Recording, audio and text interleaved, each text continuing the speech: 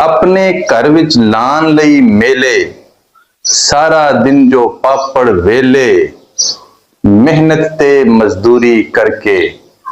ਘਰ ਦੀ ਲੋੜ ਨੂੰ ਪੂਰੀ ਕਰਕੇ, ਸ਼ਾਮਾਂ ਵੇਲੇ ਥੱਕਿਆ ਟੁੱਟਿਆ,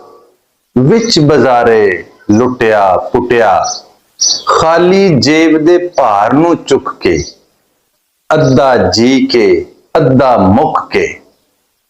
ਖਾਲੀ ਜੇਬ ਦੇ ਭਾਰ ਨੂੰ ਚੁੱਕ ਕੇ, ਅੱਧਾ ਜੀ ਕੇ ਅੱਧਾ ਮੁੱਕ ਕੇ, ਮੂੰਹ ਦੇ ਉੱਤੇ ਹਾਸਾ ਰੱਖ ਕੇ, ਜਿਹੜਾ ਪਰਤ ਕੇ ਘਰ ਆਂਦਾ ਏ, ਸਾਰੇ ਟੱਬਰ ਲਈ ਜਿਸਦੇ ਹੱਥ ਹਰਕਤ ਵਿੱਚ ਰਹਿੰਦੇ ਨੇ, ਸਾਰੇ ਟੱਬਰ ਦੇ ਲਈ ਜਿਸਦੇ ਹੱਥ ਹਰਕਤ ਵਿੱਚ ਰਹਿੰਦੇ ਨੇ, ਸੱਚ ਆਖਾਂ ਤੇ ਯਾਰ ਹਕੀਮਾ, ਉਹਨੂੰ ਅੱਬਾ ਕਹਿੰਦੇ ਨੇ,